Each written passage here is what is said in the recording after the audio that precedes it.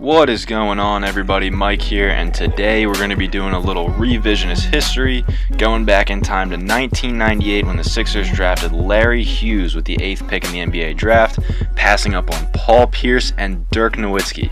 Now, as everybody knows, Hughes maxed out as a decent player in the NBA, and Sixers fans will always be left wondering what could have happened had they taken Paul Pierce or Dirk. And a lot of people may think Iverson is the type of guy who couldn't coexist with another star, or maybe work better as a one-man show like in 2001. But let's take a look at some film and see if we can predict what it would have looked like and exactly how good the Sixers could have been. So the first thing you got to point out when looking at the Sixers offense from back then is that the bulk of it was the Iverson series. For anybody that doesn't know, the Iverson series was essentially a variation of Iverson Cuts, which is Iverson making a cut from one wing to another, receiving a ball screen at the elbows, maybe taking a mid-range jump shot. But what you notice is that this series is very, very repetitive, and the Sixers just didn't have the personnel back then, with guys like George Lynch or Eric Snow or Matt Geiger, to get very creative with these cuts. So here I want to take a look at some sets that the Denver Nuggets run, because they're a really good example of a team that uses the Iverson series, but adds a lot of good variations in there. Here you're going to see one of the three Denver big men, the European big men, catching the ball in the high post, and a guy like Will Barton, or in this case Gary Harris, being able to use space off the ball after that Iverson cut to cut to the basket or even to flare out to the three-point line.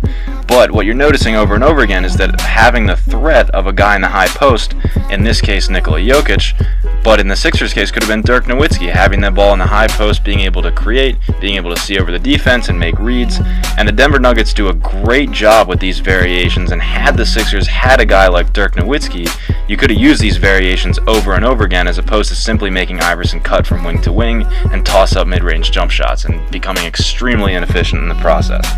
Here again, look at the freedom that Barton has off the ball, being able to get out to the three-point line for an open jumper, and that's just something Iverson never had. He never had that liberty. He was never able to roam off the ball in any kind of freelance manner.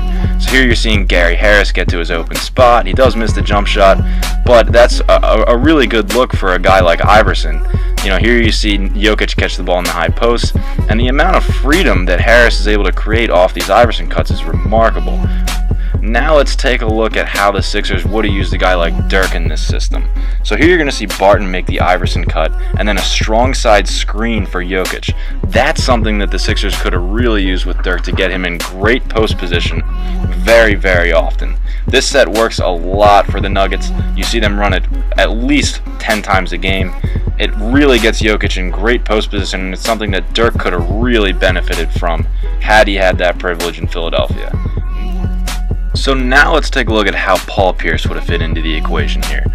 Here's a set that the Cavs run a lot out of the Iverson series, where you're going to see LeBron make the Iverson cut and then a flare screen set for a guy like J.R. Smith or Kyrie Irving. And the space that they're able to create off of these cuts is remarkable. Here LeBron attracts two defenders, see the flare screen for J.R. Smith, and he cans a three-point jump shot. Now, Paul Pierce isn't exactly the spot-up shooter that J.R. Smith is, but imagine him in a situation where you can create out of a triple threat, being wide open on the perimeter. That is something that really would have benefited Iverson, and just having that privilege. Here's one set I saw a lot from when Iverson was on the Nuggets that they use with Iverson and Carmelo, where you see Carmelo set a logo screen for Iverson and go into a pick and pop situation. And this is a set I like a lot and that could have really worked well with Paul Pierce. You see there, Michael Finley can only give a weak hedge because he has to stay honest with Carmelo, and then Iverson's able to finish over the defender. That's something, again, that Paul Pierce would have been great for the Sixers, just having a guy to attract some gravity on defense. And Paul Pierce would have been a great fit not only offensively but also defensively. He finished in the top 10 in the league in defensive win shares 6 times. And you're going to see here he does a great job of icing the pick and roll, forcing his matchup baseline. And that is exactly the strategy the Sixers use under Larry Brown, basically trying to hide Iverson's on-ball defense by forcing any person that attempts to drive to the baseline and then forcing them to kick it out and having Iverson play free safety. Now, Iverson actually led the league in steals 4 times as a result of this strategy, and Paul Pierce would have been a great fit for the Sixers. In that era of wing-heavy basketball with guys like Tracy McGrady, Vince Carter, Kobe Bryant facing them night in and night out, it would have been huge for the Sixers to have a guy like Paul Pierce able to match up with them and able to create steal situations for Iverson. So there you have it, guys. I hope you're left wondering, like I am, what could have been had the Sixers not been stupid enough to draft Larry Hughes with the 8th pick.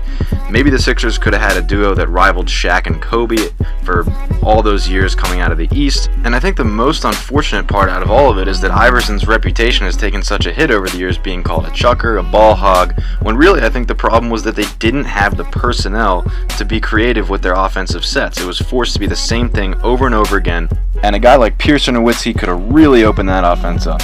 Thanks for watching, guys. Hope you enjoyed. Leave me a comment if you want to see something like this again in the future.